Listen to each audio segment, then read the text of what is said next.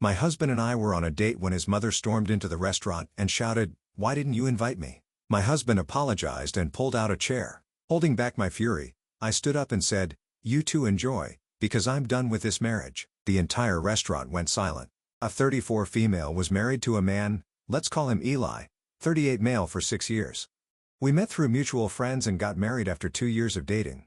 At first, everything felt normal, comfortable. He was respectful, funny, and kind. He listened. Or at least, it seemed like he did. We never really fought in the beginning, except when it came to his mother. Let's call her Helen. Now I want to say this up front. I tried. I really tried. I know people say that all the time, but I honestly did. I never had issues with anyone's parents before. I'm not confrontational. I keep to myself. I bake pies during the holidays. I remember birthdays. I go out of my way to be thoughtful. But Helen, from day one, she was cold. Like, she already made up her mind about me before I said a word. The kind of woman who sizes you up in 5 seconds and locks in a judgment that never changes. When Eli introduced me to her the first time, she didn't even smile. Just stare me up and down and said, "You're taller than I expected." I laughed it off, figured she was nervous or something. It only got worse from there. She'd make little digs like, "Oh, you don't wear makeup? That's brave. That's the dress you're wearing? You didn't use my recipe for the stuffing?" She'd drop by our house without calling. Once, she came by on a Sunday morning and let herself in using the spare key Eli had given her. I was in a bathrobe. She looked me dead in the eyes and said, "I used to wear things like that before I got married too." I asked Eli, begged him to set boundaries. He always said, "She means well. She's just old-fashioned. She's trying in her own way." No, she was trying to control, but Eli wouldn't see it. Or maybe he did and just didn't care. Over time, I noticed how much power she had over him. He wouldn't make major decisions without asking her. If we were planning a trip, he'd call her to make sure the dates didn't conflict with anything she had going on. I couldn't even buy a new couch without her opinion being looped in somehow. She criticized everything I did, from how I folded towels to how I made eggs. And Eli? He never once told her to back off. He would just smile, sit back, and let me take it. Last month, Eli came home from work and said he had a surprise. He made a reservation at Luca's Trattoria, the same place we went on our first anniversary. He said he wanted to reconnect. Things had been rough, and we hadn't had real alone time in a while. I was surprised in a good way. Maybe he finally saw the cracks. Maybe he was ready to put us first again. So I got ready, took my time with my makeup, wore that black wrap dress he used to compliment all the time. I even curled my hair. We got to the restaurant. It was dimly lit, warm, full of couples talking in low voices. It felt like one of those rare nights where things might actually turn a corner. We ordered drinks. We even laughed about something dumb. His coworker mixing up a Zoom meeting. The waiter brought over fresh bread and butter, and then it happened.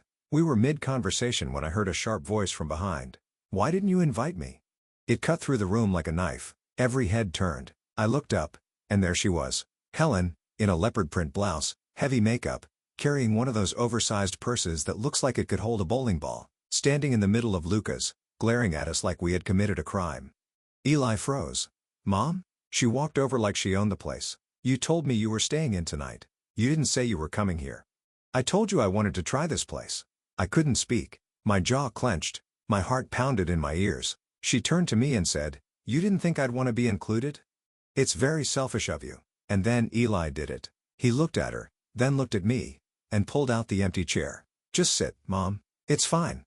I stared at him, hoping, praying that he was joking, but he wasn't. He waved at the waiter and asked for another place setting. That was it. I stood up, calmly. But inside, everything was boiling.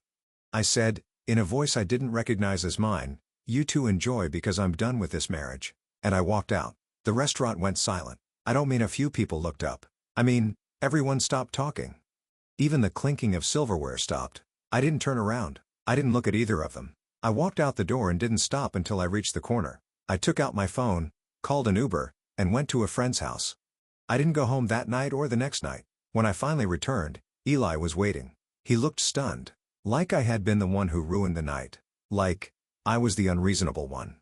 He said, "You embarrassed me." I said, "You chose her." He tried to backtrack. Said he didn't want to make a scene. That she would have caused more trouble if he told her to leave. That he didn't know what else to do. I said, "You could have stood up. Like a husband. Like a man. Like someone who gives a damn about his wife." He said nothing. Now I'm not someone who acts on emotion without thinking. But this wasn't just one dinner gone wrong. This was years of being made small, of being pushed aside, of being expected to smile and get over it every single time. I started planning my next moves quietly, carefully. I didn't rush, I didn't scream, I didn't cry. I just stopped engaging. I went silent. No more conversations. No more pretending. I began separating everything: finances, accounts, passwords. I met with a lawyer. I gathered documents. I took pictures of everything in the house that I bought with my money. I changed my direct deposit. I opened a new bank account. I got a P.O. box. I found a new apartment. I started building the exit. And Eli, he still acted like things were fine. Like that dinner was just an overreaction. I stopped sleeping in the same bed, stopped making meals. He barely noticed, or maybe he did and just didn't care. I don't know, but I do know this.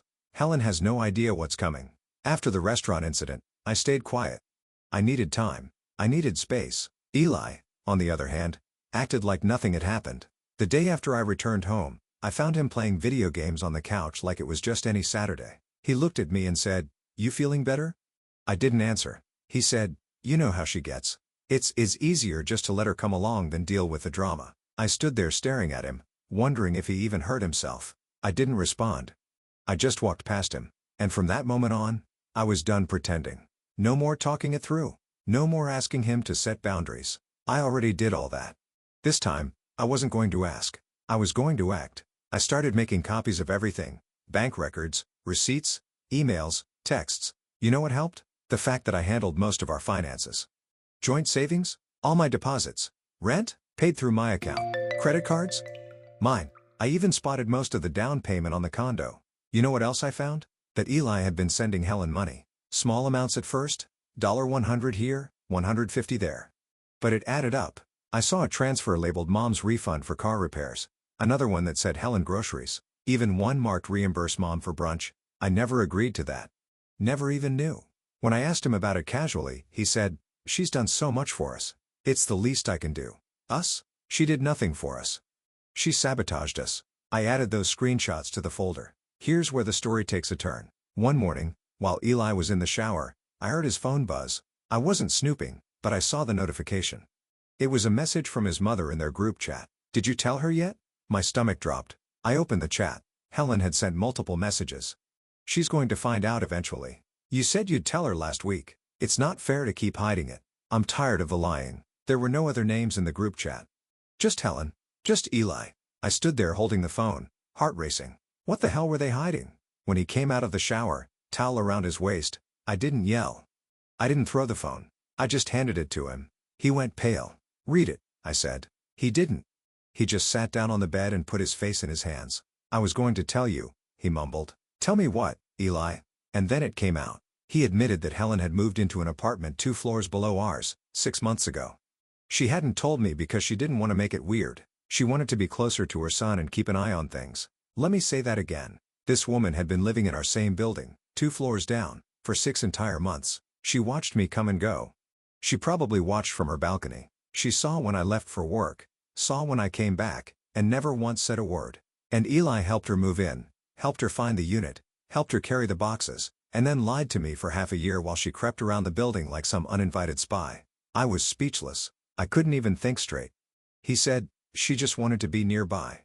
I didn't think it was a big deal. Not a big deal? Your mother lives in the same damn building, Eli. You let her stalk me and then lied to my face every day for 6 months. I packed a bag that night and left. Since then, I've been preparing. Like I said earlier, I found an apartment. 1 bedroom. Quiet. No mothers in sight. My lawyer's been incredible. We're going through everything slowly, cleanly, by the book. But Helen, she's not taking it well. I started getting emails from her. Some passive-aggressive. Some flat-out aggressive. Here are just a few. "Marriage is about forgiveness. Not throwing tantrums. You're punishing him for being a good son. You'll regret this when you're old and alone." I didn't reply. She also showed up outside my new building. Yes. She found it. She stood on the sidewalk, looking up like she was summoning demons with her stare. When I didn't come down, she sent me a text. "Running won't fix your attitude problem." I showed my lawyer. We're documenting everything. Eli, to his credit, hasn't been chasing me, but I know he's still talking to her every day. He probably still doesn't get it. Here's where things got even messier. My lawyer found something while going through our property history. Helen's name is on the condo. Apparently, when we bought it, Eli listed her as a silent investor to help with the down payment. But here's the thing. I paid most of the deposit. The paperwork was filed through her friend who works at a real estate office. I never saw the fine print. They added her name to the title. I never knew. So now, it's me versus Eli and Helen. And she technically has a claim on our home, which means she could try to block me from selling it or try to force Eli to keep it. My lawyer says we can fight it. We're building a case. There's a paper trail. Proof of payments. But the fact that he signed that without telling me, he was planning this long before the restaurant, maybe from the beginning. So I thought I had reached the peak of betrayal when I found out Helen was living 2 floors below me. Turns out, I was wrong.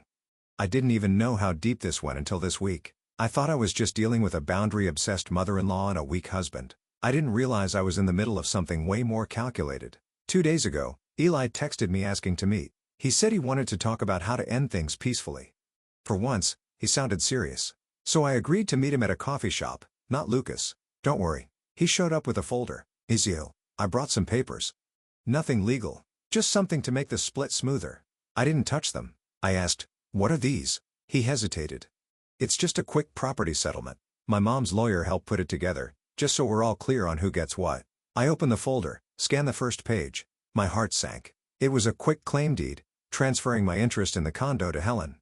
He said, "You won't have to worry about the place anymore. You're moving out anyway, right? This just settles it. Clean break." I stared at him for a solid 10 seconds before saying anything. "You want me to hand over my home to your mother? She already helped pay for it." I said, "I paid most of the down payment." He shrugged. "Yeah, but it's complicated now." I closed the folder, got up, and walked out. I didn't say a word. When I gave the folder to my lawyer, her jaw actually clenched. "Where did he even get this?" I told her Helen's lawyer drafted it. She flipped through the pages. "This isn't just a quick settlement. This is a trap. If you had signed this, you'd be giving up any right to that property permanently with no compensation." She leaned back in her chair. "You're not divorcing a man. You're divorcing a team. A mother-son business operation." So I started connecting the dots. I went through emails, receipts, even conversations I had forgotten about, and something clicked. Back when we bought the condo, Helen insisted we use her friend's real estate office. She said, "They'll give you a better rate." At the time, I didn't think much of it. I trusted Eli to handle it. Now I know that office is not licensed anymore. Shut down for shady deals involving forged documents. Guess who signed the closing paperwork? Only Eli and Helen. They left me off entire sections of the contract. They told me it was standard stuff and didn't require my signature. It's not legal, but it's dirty. My lawyer's working on getting everything reviewed by a property fraud investigator. If we can prove intent, we might have a case for fraud. Here's the latest twist. And this one actually made me laugh. Apparently, Helen tried to list the condo for sale last week without me knowing. A neighbor texted me confused saying, "I saw a for sale sign outside your unit. Are you moving?" I checked online. Boom. My address was listed. Open house scheduled. Contact number? Helen's cell. I called the agent listed. He was confused. Said he was hired by the co-owner and financial contributor. Said she told him the other party, me, was already bought out. I immediately forwarded that to my lawyer. Now Helen's being investigated for fraudulent listing activity. After the failed quitclaim trap, Eli started blowing up my phone. First, it was long texts about how hurt he is. Then he switched to guilt. "You're throwing away everything we built." Then came anger. "You're ruining my life because you're mad at my mom." I didn't respond. He called 11 times in one night. Left a voicemail crying. "You don't understand. She was the only one there for me when I had nothing.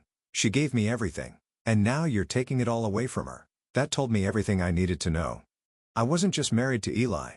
I was married to him and Helen, and I was the third will all along. The condo is on hold due to the investigation. Nobody can sell it until ownership is clarified. My lawyer is prepping for a full divorce filing and property dispute.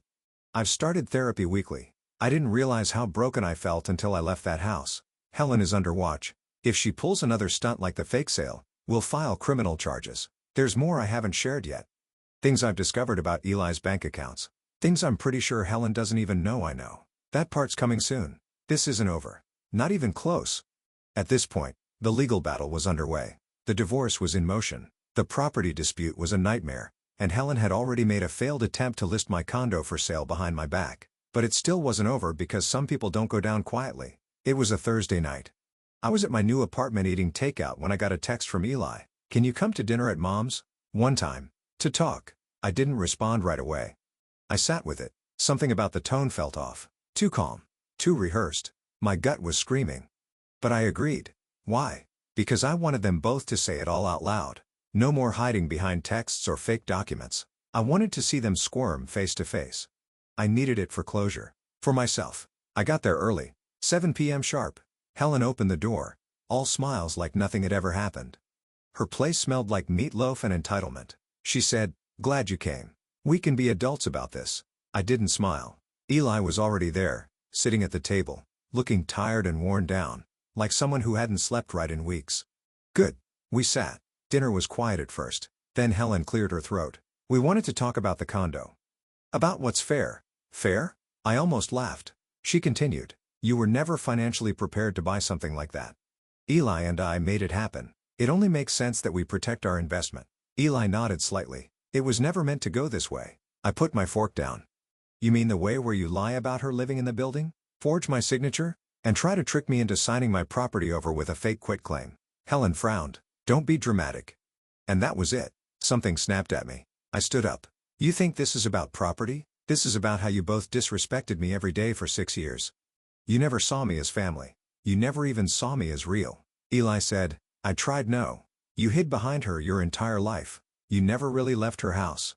You just brought it into mine." Helen stood now too. "You don't understand how hard he's had it. I gave him everything." I looked at her, then at him, "And he gave it all to you even when he promised it to me." Then I pulled out a folder of my own, the same one my lawyer helped me put together. Bank statements, payment records, proof that I had paid for 87% of the condo directly. I dropped it on the table. "That's the truth. Right there. You can spin stories, but numbers don't lie." Silence. Eli's face dropped. He didn't even open the folder. He just stared at it like it might bite him. Helen said, "This is unnecessary. You're being vindictive." That's when it happened. Suddenly, a voice spoke behind me. "She's not being vindictive. She's telling the truth." It was Helen's sister, Aunt Marie. I hadn't seen her come in. She must have arrived while we were shouting. Apparently, she had been looped into all of this by my lawyer who subpoenaed Helen's financials, some of which were tied to Marie through a family trust. Marie walked in, arms crossed. "Do you want to tell her, Helen? Or should I?" Helen froze. I said, "Tell me what?" Marie looked at me. "The money Helen used to help with the down payment? It wasn't hers. It was from a trust fund left by her late husband, meant for younger family members. You know, like grandchildren. She wasn't supposed to touch it. She forged documents to get it released. I only found out because your lawyer reached out and asked me to verify the funds." My stomach turned. Eli whispered, "Is that true?" Helen stayed silent. Marie dropped the final hammer. "If this gets reported, and it will, she could be looking at fraud charges." Helen screamed. Actually screamed. "You're destroying this family. You brought an outsider into our home and now look what's happened." Eli stood up and yelled back. "You did this, Mom. You lied. You made me lie. You ruined everything." She slapped him. Right there, in front of me and Marie. He didn't react. Just stood there, red-faced, shaking. I picked up my folder and calmly turned to leave. Before I walked out, I said, "You two can keep your lies, but you're not keeping my life, or my name, or my future," and I left. The next day, my lawyer filed to freeze the condo's title completely. Helen's accounts were flagged for investigation. Marie agreed to testify if needed. Eli emailed me to apologize, said he didn't know about the trust fund, that he was sorry for everything. I didn't reply. Instead, I signed the final divorce papers, had them delivered to his new P.O. box, and changed my last name back the next day. It's been 3 months since that night. I live in a smaller apartment now. No fancy countertops, no shared mortgage, but it's mine. I sleep better. I laugh louder. I cook dinner in silence without being judged for how I slice vegetables. Sometimes I look back and feel angry at the years I lost, at how blind I was. But mostly, I feel grateful because I got out. And if you're reading this while wondering if you should walk away from someone who never stood up for you, here's your sign.